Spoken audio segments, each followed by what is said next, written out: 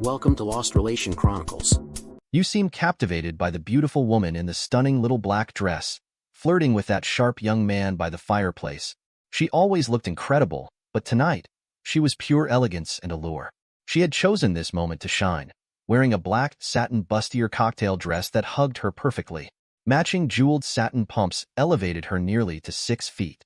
Beneath it all, a Victoria's Secret lingerie set and stockings, her look completed with sparkling Tiffany diamond earrings. She'd invested 3 hours and thousands of dollars to look this flawless. That's my wife, Kathy. We've been married for over 25 years, and yes, she's beautiful. But I'd guess she's at least 15 or 20 years older than him. She sidestepped my question. I thought so. I saw you come in together. I'm surprised. You don't seem bothered by her being so flirtatious. And you don't seem like the type who'd be turned on by it, either. Am I right? No, but honestly, I'm not sure how I feel. I turned and looked at this. Well, I'm not sure how to describe her. She wasn't beautiful, more handsome if you can say that about a woman. But she is obviously well-to-do. Very bright and definitely exudes sex and class from every pore of her being. There were several women at the charity function who had looks similar to hers. My immediate thought was she was a doctor or lawyer. I told her, if I'm being honest here, it does excite me a little, I guess, but you're wrong about the anger part. Right now, anger is at the top of my list, but I'm also slightly jealous and frightened too, I think. As you can see, my emotions are all over the place. It's like all of them are taking little jabs at me simultaneously, and I can't process them effectively.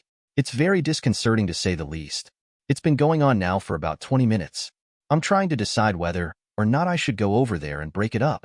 I turned back to stare at my wife and the gentleman who now had his arm around my wife's hip and was gently caressing the small of her back. She seemed not to notice and was obviously enthralled with whatever he was whispering in her ear. If I didn't know better and was seeing them for the first time, I would easily think they had been lovers for years. Every move, each touch, seemed natural and well-patterned. On the other hand, I want her to have a good time. She's earned it. She has had a rough go of it for a while now. She lost both her parents and her only sibling in the last year. Work has been very difficult for her. She is the CFO for a tech company that has been trying to recover from some very bad business decisions. They have gone through several rounds of layoffs and the stress on her has been tremendous, but with her help they have started to turn the corner. In order to handle all of her stresses, she has been on a rigorous diet and exercise program for over a year now. You seem very proud of her. I sighed gently and turned back to study this curious woman. I am. It hasn't been easy for her. Tonight is sort of a coming out of the darkness party for her. He was fondling the silver heart-shaped pendant hanging from my wife's neck. It was the only item including her matching lingerie that wasn't specifically purchased for this evening.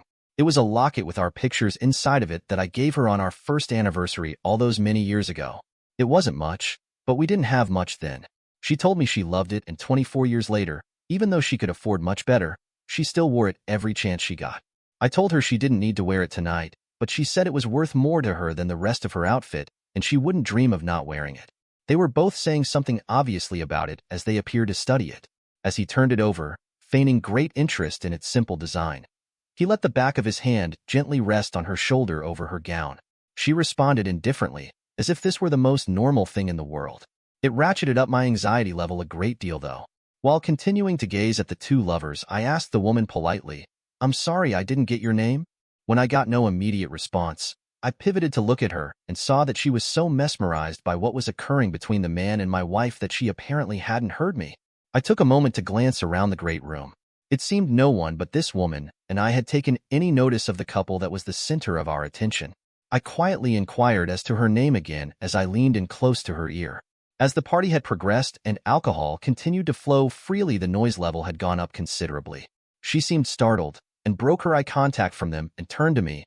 "I'm sorry. I guess I was engrossed with the the couple. My name is Lena, Dr. Lena Brown." She grasped my hand and made a formal show of shaking it and went back to staring at them. "Ben Benson, do you know the gentleman obviously trying to seduce my wife?" I queried without breaking eye contact from them.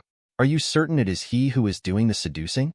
She said with a wry smile as we both watched my wife drape her arm over the front of his shoulder with her elbow and forearm resting on his chest as they clinked their crystal champagne glasses together in a toast of something. "No, I've never seen him before. He is quite a handsome man, though, don't you think?" We continued our conversation while never breaking eye contact on the couple, who were now leaning into each other in a very relaxed and familiar manner. Anyone who should take notice of them would definitely believe they had been a couple for some time. Yes, I suppose he is. I was becoming very anxious and was trying desperately to maintain a calm exterior. I'm not sure how successful I was. I was trying in a practiced manner to speak calmly and in a quiet voice, as was my habit in stressful situations. It was a trait that had served me well in my profession over the years. Most people under increasing stress tend to raise their voices, make threats, or babble incoherent, incomplete, repetitive sentences. I found it advantageous to do the opposite. It tends to embarrass and confuse those in an irrational state. Of course, that was in a business environment, and this was something entirely else. We stood silently side by side watching them for a few more minutes. There was no way we could turn away. It was too provocative. If it wasn't my wife involved, I would find it fairly erotic. I had a thought and sincerely questioned Dr. Lena. Are you married? What would you do in this situation if you were me? I doubtless said it too quickly for the circumstance and tried to soften my question, but she responded before I could repair it. I'm divorced over 5 years now. You didn't answer the second part of my question. Now it was her turn to exhale her breath, hers being much deeper than mine. She wistfully responded. If I'm being honest, I would say 2 things. First, I wish it was me with him instead of her. And secondly, I would tell you to do nothing. It would be pointless. Doing nothing hardly seems the right response here. Those emotions I told you about are starting to get the better of me. The 2 most prevalent are fear and anger. I fear I am losing my wife, and I am getting increasingly angry at him. I don't think he has missed the wedding ring on my wife's finger. He can probably feel it on his shoulder right now. Never mind see it. At that moment his hand slid lower on my wife's back, now gently resting at the top of her very shapely bottom as he began to guide her outside to the garden. Without comment, Lena and I discreetly followed them, both of us stopping to pick up fresh glasses of a fairly decent sparkling wine before heading outside too. As they passed by the brightly lit doorway into the dark outside, it was self-evident why she was enamored of him. His tuxedo, probably one of several Emporio Armanis he owned, hung perfectly on a well-toned frame. My tux was rented from J.C. Penney. He was definitely sporting a Rolex. Tag Heuer would be beneath him. I involuntarily pulled my sleeve over my $59 wristwatch I bought on Amazon.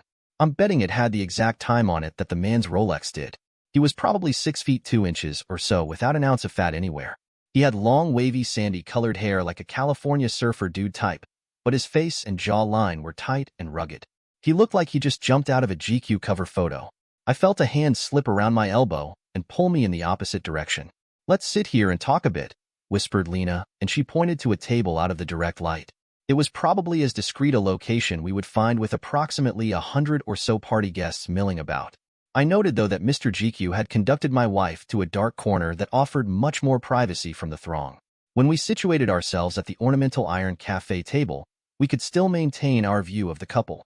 He chose that exact moment to boldly clutch my wife to him and kiss her full on her lips, long and hard. She responded by placing both arms around his neck as she almost collapsed into him and returned it with a passion she had never given me. I started to jump up, but felt Lena pull me back down. Ben, please don't make a scene. It will only make matters worse. Think for a moment. I was starting to lose it and was getting ready to tell her to screw off and go in this affair when I saw a terrible sadness in her eyes that were glassy with tears. Lena, what aren't you telling me? It was more of a demand than a question. I was torn between choking Lena and trying to keep an eye on Kathy and the shithead so they couldn't sneak out. Lena must have read my mind. Ben, you don't have to watch them. They won't sneak out. They will come to you. Ethan will make Kathy tell you what they are going to do before he will leave with her. It is part of his thing. He gets off on the humiliation of the husband. He will look you directly in the eyes as Kathy tells you she is going to spend the weekend with him. How do you know all this? How can you? Wait, you were with him, weren't you? That's why you are divorced. Tell me who that a-hole is and what is going on, or so help me. My full attention was now on Lena. Talk to me, you witch. A frightened Dr. Brown spoke quickly. His name is Ethan Collins. He is extremely wealthy, although no one seems to know where his money comes from. Despite his frequent cucking of married men at these events, he is always invited because he donates large sums to the various charities involved. So, the foundation's members just overlook it. I glanced quickly around the patio. A few minutes ago, no one even noticed us, but now it seemed if everyone was watching. I guess the death of my marriage was tonight's entertainment. So that's what happened with you. I felt sick to my stomach, like a solid punch had just been delivered to my solar plexus. Just tell me, please. She was very emotional and hesitated frequently in telling her story. It was a very similar event, and I was here with my husband of 18 years. We have 3 kids. They barely speak with me today. I don't even know where my ex-husband is. I haven't talked with him in several years. Her tears were falling easily now. Lena, please. I'm sorry about your family, but just tell me what happened. Exactly what you were seeing going on with your wife. My husband Tom and I attended a fundraising event to upgrade our hospital's cardiology vascular lab with state-of-the-art EKG and other machines, as well as the latest implantable cardioverter defibrillators and other equipment. I hadn't been at the function more than 15 minutes when Collins set his sights on me. It seemed like a few minutes later, I was standing in front of my husband and some other invited dignitaries telling him I was leaving with Ethan. It really was a couple of hours, I'm sure. She broke down again. I looked right at the love of my life, the father of my 3 young teenage children, and told him I was going to spend the weekend with Ethan. I knew my marriage was over when I saw the shocked look quickly turn to anger on his face, but I was going anyway. Tom started to get up into Ethan's face, but a couple of the organizers' security team had appeared out of nowhere and physically convinced him to sit back down. I turned and walked away from his pleading voice, telling me to stop, but I didn't. Ethan was smiling the whole time with his arm around my waist as we left. Jesus. It gets worse, Ben. You need to brace yourself for this part. It was by far the best sexual experience of my life. It was unworldly. And despite everything I lost, if Ethan asked me to go with him again, I would. The hell with this shit. I'm going over there right now and put a stop to it. Don't do it, Ben. All you will do is embarrass yourself. Look around you. Everyone knows what is coming, and they are all watching you. The Foundation's security is already heading over to us. Besides, Ethan and your wife are coming our direction right now anyway. She is going to go with him no matter what you do or say. I looked behind me, and sure enough, that shithead Ethan had his arm around my wife's waist, her hips really guiding her to me. He had a smirk on his face that no one could miss, and he never changed his expression or broke eye contact with me. My wife at least had the decency to look away when she saw my disposition. In that instant, I knew 2 things. First, my marriage was over. No matter what happened in the next 5 minutes, we were done. Secondly, I wasn't going to play the helpless victim and be the evening's floor show. I wasn't going to give them the satisfaction. I turned back to Lena before they arrived to be greeted with the look of a woman who clearly was in lust with Collins. Shit, if he asked her, she would probably have sex with him on the table right now. Damn it. All of a sudden, a large cocktail party that was very boisterous 30 seconds ago got deathly quiet as I started to try to engage Lena in a conversation. From behind me came, Ben. Honey, I want you to meet someone. Her voice was cracking as she said it. I guess shitting all over a 25-year marriage is stressful. I didn't even turn around. I ignored her completely. I asked a shocked Dr. Brown to tell me about her children. Her mouth dropped open. She tried to recover and speak, but only emitted a couple of squeaks. Much louder this time. Ben, I want you to meet someone. This time with surprise and embarrassment in her voice. Still looking at Dr. Brown and waiting for her response, I continued to disregard them both. Then the shithead Collins interrupted. Excuse me, Mr. Benson. You really need to listen to what your wife has to say. His voice laden with mockery. I didn't react to him, and I repeated my question to Lena. I really want to hear about your children. Not only was the room silent, but everyone seemed frozen in their places. Lena was regaining her wits, but before she could speak, we were disrupted again. Ben, please turn around and look at me, my wife implored. I couldn't decide if she was exasperated or aggravated. I turned slowly and glanced at them both for a moment. They were becoming aware of the scene they were causing, and their discomfort was rising. Honey, this is... I interrupted pointedly and spoke forcefully while my eyes bore into hers. Kathy, you have never looked more beautiful than tonight.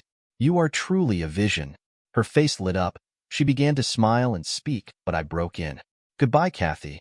And I turned back to my table mate. You were saying, Lena? People were beginning to titter and laugh nervously at the unfolding standoff. I could sense the 2 lovebirds' embarrassment growing. Lena started to speak of her 3 children in a light manner, which caused even more reaction from the gathered crowd.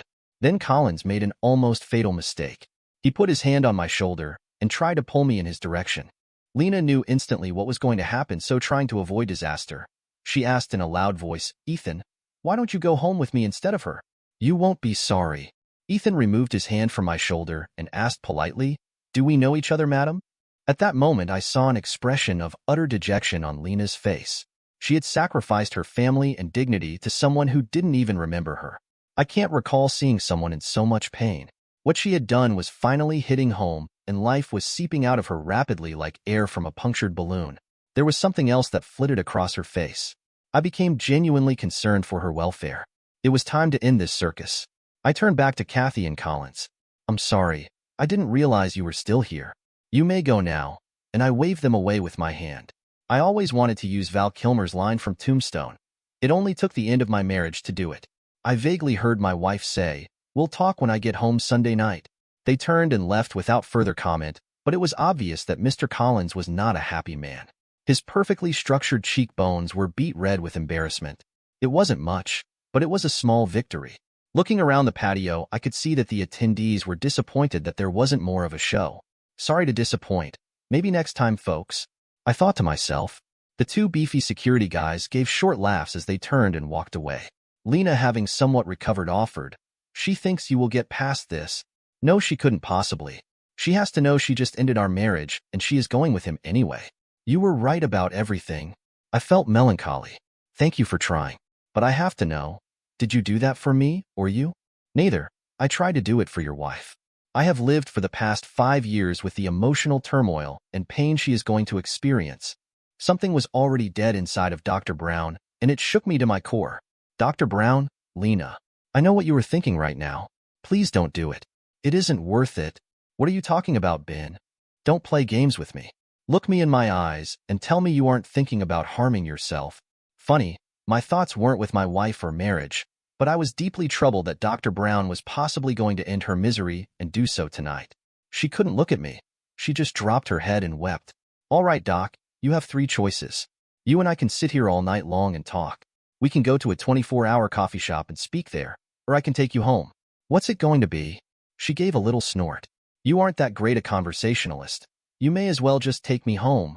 Still quick with a sharp wit even in the face of all this. I was starting to like Dr. Brown.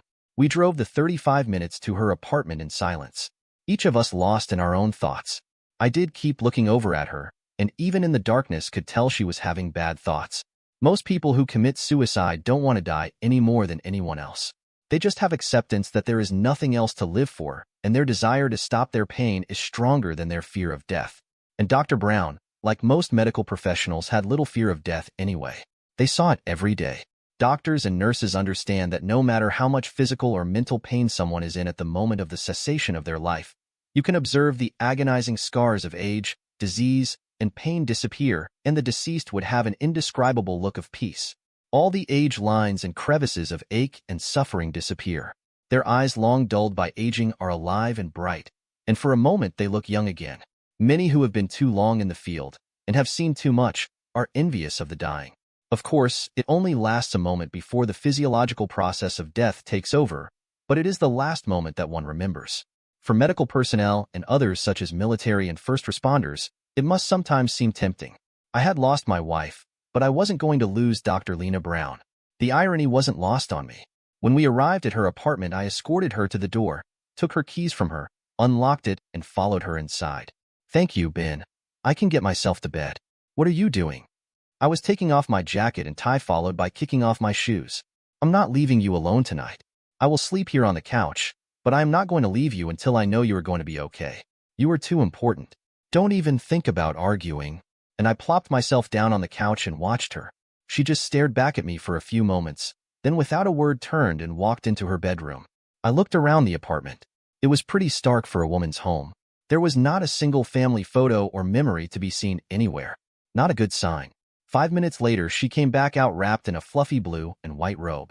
She went to the kitchenette and poured us a couple of glasses from a previously opened bottle of red wine. She came into the living room and sat down on the couch next to me. She once again had tears in her eyes, but they were of a different kind. They were tears of gratitude. "Okay, Ben, let's talk. Sometimes it doesn't take much more than caring to save someone's life." 5 years later. Today was the 5th anniversary of my divorce being finalized, and coincidentally, it was my first grandchild Jonathan's 2nd birthday. Today would be the initial time Kathy and I had been in the same place at the same time since I filed for divorce. That isn't completely true. We tried to be in the same room once a few months after the final decree, but it didn't go well at all. It was partially my fault. Well, admittedly, it was mostly my fault. I could have taken the high road and been an adult about it, but I was still pretty angry, so when my wife approached me to talk about it at our daughter's graduation reception, I took the low road instead. "Hello, Ben. I've missed you." When I interrupted with, "Hello, Miss Brett, how are?" she ran crying out of the room. If looks could kill, I would have been dead right then and there. Most of the family members in attendance were shooting daggers at me. I did have to give credit to our kids, though. We raised them right, and they were smart enough not to get into the middle of our separation. But as they pointed out after the reception fiasco, I acted childishly. They did, however, have the good sense to decide that there would be no further attempts at having the two of us at the same family function. Well, what did they expect? Our divorce was pretty acrimonious.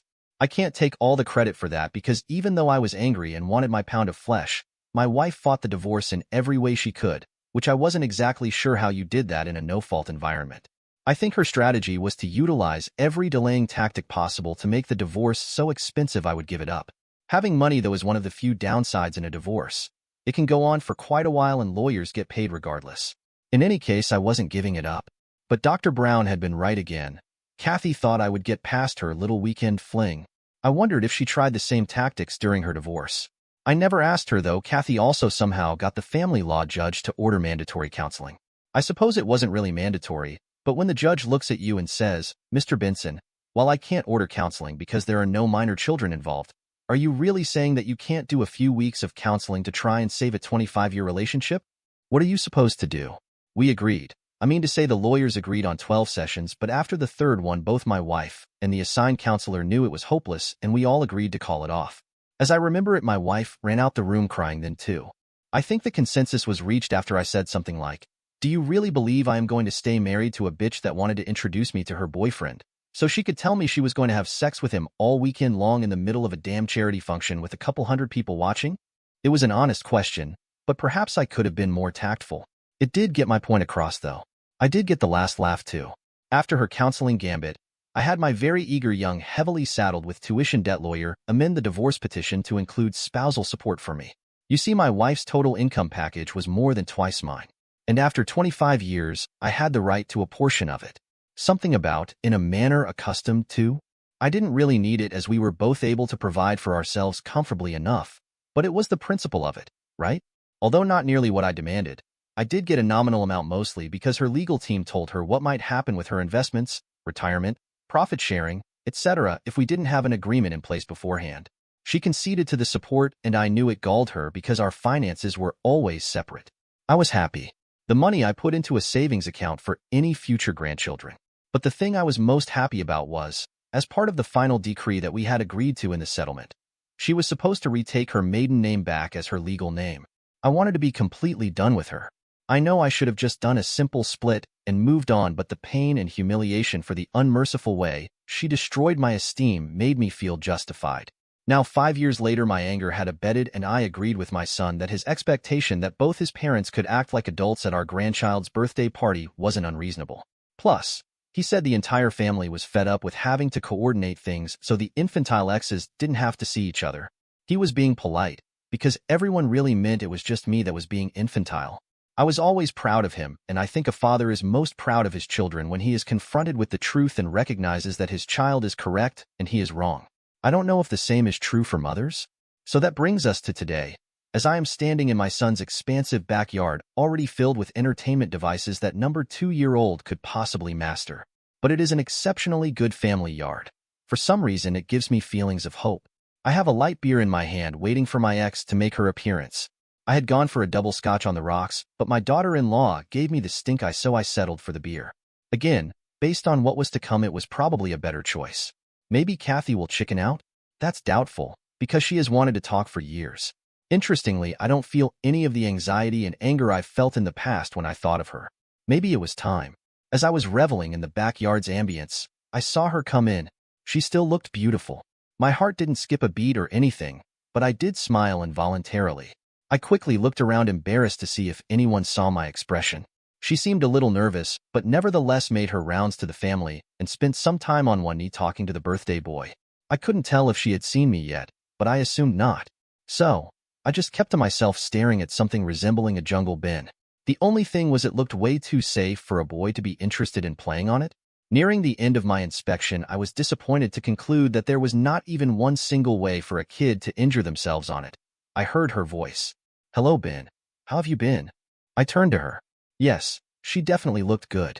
I stared at the Manhattan, her favorite drink, in her hand. It wasn't even in a coupe, but a tall bar glass.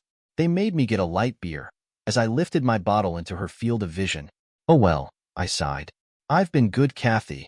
There was a bit of an uncomfortable pause, then for some reason I blurted out, You never had your name changed back like you agreed to? Surprisingly, she didn't burst into tears and run out of the party. She merely responded calmly. So, sue me. It's not like you haven't done it before. I didn't have it changed because I still consider you my husband even if in your eyes and the laws I'm not. I couldn't help myself. I had to laugh. She used to make me do that a lot. Okay, Kathy Benson it is then. You know I have been keeping tabs on you. She offered unapologetically. That raised my eyebrows and my hackles. No, I didn't know that. I snapped at her. She waved me off with a brush of her hand. Oh, don't worry, it's not anything, Sub Rosa. I met your friend Dr. Brown. We have talked quite a bit the last couple of years or so. Actually, we've developed a bit of a bond. It might be too soon to say we are friends, but I think we are good for each other. I was beginning to believe our meeting today may have been a very poor idea. She noticed my expression. Please don't be angry with her. I begged her not to tell you. I know you two are good friends, and I didn't want to ruin that. I just wanted to try to understand how I could have done what I did to you, to us. Honestly, we don't even discuss you. We are just trying to help each other. She expressed sincerely. Wow, weird, I should be very upset, but I'm not. I thought. I'm not angry with you, Kathy. Have you two made any progress in your understanding? I quizzed without a trace of rancor. Some, but it is a work in progress. She is quite a woman. She told me that you saved her life. No, I didn't. She saved herself. I just provided the opportunity for her to do so. I can't believe I'm saying this, but I am truly interested in understanding more about what happened. Or more accurately, why. I surprised even myself with how calm I was. Would you like to sit down and talk some? Kathy had to choke back her emotions. Yes, Ben, I would very much like to talk about it. We found an unoccupied table as far from the crowd as we could and sat facing each other. Before we start, Kathy, just promise me no matter what, you won't lie to me. We have too much of a history together, and we're too old to play any more games. If you ever had any love, any respect, any feelings for me at all, just please don't lie to me. She was already crying. It seems that if there is one thing I am good at, it is making women cry. She nodded her head definitively and spoke softly. I promise. She pulled out a handkerchief, wiped her eyes, and blew her nose. Not very ladylike, and it drew attention from the gathered partiers. I couldn't help it. I smiled at her. You know, the handkerchief thing always bothered me. Even when we first met, I thought. Here was this beautiful, self-confident young woman, a woman who knew what she wanted in life. She was so gorgeous, charming, and feminine. You were always an attention-getter, from both sexes. You were so special, and yet you blew your nose like a cigar-chomping fat middle-aged truck driver in a restroom at the local truck stop. Some things never change, I guess. We both cracked up and laughed uncontrollable for about 5 minutes. I'm sure the family went from being worried we would kill each other to thinking we were crazy almost instantly. But it did break the ice for us. When we had finally calmed, Kathy went first. Ben, I don't want to pry into your personal life, but Lena is very fond of you. She's quite attached, and it makes me jealous. I know I don't have the right to feel that way, but I do. She was nervous, but not being accusatory. How come you never married her? My instinct was to respond with something along the lines of, none of your damn business. But instead I opted for sincerity and openness with the understanding that it was past time to do so. Kathy, Lena and I are really good friends. We do a lot of couples things together, and she gives me peace and comfort. Believe it or not, but in the 5 years I have known her, we have been intimate less than a handful of times. That's not what our relationship is about. I will never ask her to marry me, partly because I don't want to risk ruining a beautiful friendship, but mostly because of what she did. I hoped I wasn't hurting Kathy, but I had to be truthful. I was destroyed by what you did to me. Lena told me that evening and a couple of times since that if that piece of crap asked her to, despite everything that she suffered, she would have sex with him on the 50-yard line during halftime at the Super Bowl. I can't risk having that happen to me again. I just can't. I hesitated, unsure of the impact my words were having on her. I continued. You probably don't know it. Our kids certainly don't, nor will they ever. But I went through 2 years of therapy trying to understand what happened to me that evening. I know I reacted calmly and as if I was in control, but in reality, I was devastated. Did Lena tell you how often Loverboy pulled that stunt and the Foundation's reaction to it? Yes, but Ben, I never fooled myself. Even while I was standing there with him falling under his spell, I understood what the reality was. He didn't get me into his bed by telling me lies, in which he had found his soul mate in me. He never said it's our destiny to be together for the rest of our lives and travel the world in luxury. He simply told me that if I spent the weekend with him, he would promise me the best sex of my life. He told me that when I drew my last breath on earth, our weekend together would be foremost on my mind. That's all, and for some reason, even 5 years of therapy haven't provided me an answer for. I agreed to it. Well, was it? Was it the best sex of your life? This was a moment of truth. Kathy never even hesitated. There would be no more lies, at least from her. Yes, Ben, it was. I know that hurts you, and I'm terribly sorry, but I won't lie to you ever again. The truth of the matter is, nothing can compare to it, and before you ask, I would like to think if he came for me again I would say no, but I couldn't promise that to you. In fact, I spent the next several months after I knew you were gone and not coming back looking for the deep sensual emotion I had discovered that weekend. I'm afraid I did some shameful things. Lena, who did the same, called it the search for the endless pleasure. Thank you for being honest. It does hurt, but I think a lie right now would have hurt more. I have another hard question for you. Candidly, Kathy, over the years I have actually come to understand why you might have wanted to go with Collins. Lena and I have discussed her reasoning, or lack thereof, for her actions. I think I have gotten past that part, and maybe if that is all there was to it, we could have worked our way through it somehow. God, I know. Lena told me about your feelings about what was happening earlier in the party. I put my hand up with the international symbol for stop. What I will never be able to get past. And honestly, the reason we will never get back together is the way you did it. Oh, I understand why the shithead told you to do it that way. He got off on the humiliation factor for the poor sap of a husband. But how could you walk up to your devoted and loving husband of 25 years, the father of your children, the man who celebrated every success with you, the man who held you and wept with you at every failure and pain you ever felt in your adult life, and in a public setting and tell me you were going to take a lover and screw each other's brains out all weekend long? Then return to me and expect to have our life go on as if nothing of significance had occurred. Now I was the one close to tears. What possessed you? You couldn't even discreetly come to me alone and talk about it private? She stood silent and frozen for a full minute. She didn't cry, though. Maybe she didn't have any tears left. I don't know, Ben. I honestly don't know. I could give you all the standard crap about me being worried about growing old, you neglecting me, hormone imbalances, etc. But none of that bullshit was true. That's what is killing me. 5 years later, and I don't know how I could do that to you. He simply told me that was the way we had to do it. That it would be best for everyone. So I did it. When he said it, it just made sense. So that's what I did. I knew I was hurting you, but I honestly thought we could work past it. When he took me home that Sunday night, and yes, he took me home. He was a perfect gentleman, but he ended it by literally flipping on a light switch in his suite and told me that it was time for him to get me home. Before I got out of the car in front of our house, he thanked me for a great time and kissed me on the cheek, and it was over and done. That's how I felt too. It was over. When I came home, I honestly thought you would be waiting for me. When I realized you were gone, I actually got angry with you for running out on me. Can you believe that? It's why I fought the divorce so hard. I was going to make you pay. Nice touch on the alimony thing, by the way. I didn't know whether to laugh or cry. Kathy, you aren't some high school dropouts living in a single wide trailer working part-time at King Super.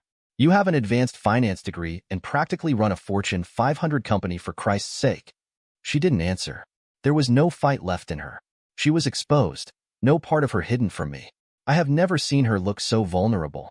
The answers to my questions might never come because she truly didn't know them. How is that even possible? What do you want from me, Kathy? She was almost begging. Ben, I want you to save me too. You did it for Lena, and she did the same thing as I did. And you were with her. I just want to be back in your life. I can accept us never being married again, even living together, but I can't live with you not being in my life. It's killing me that I made us strangers. Up until today, I would have snapped out the obvious response, because I was never married to her. But I decided to remain silent. I had no idea how long we had been sitting and talking. I looked around the backyard, and we were the only ones left. The sun was starting to set to the west. I briefly thought, the party is either over, or we scared everyone inside. Kathy seemed not to notice. She was still lost in her thoughts about the choices she had made. What did I want? That was the most prevalent thought on my mind. I had been asked several times over the years by well-meaning friends and family, not to mention my counselors, are you better off with her in your life or out of it? My resounding response has always been, out of it. But now I'm not so sure. The truth is I miss her. I miss holding each other in bed, winding down as we would talk about our days and our children. I miss laughing together at life's comedy going on around us. I miss the smell of her perfume. I miss seeing her naked wearing only that silly locket. I miss everything. We were perfect once. It would never be again. But then life lived in absolutes is a life wasted. I can do friends, Kathy. Why don't we make a standing date to have dinner once or twice a month? I think we still have a lot to think and talk about, including making up for the time we have lost. Well, I'll be damned. She did have some tears left in her. Dear listeners, please share your thoughts in the comments section below and don't forget to like, share, and subscribe.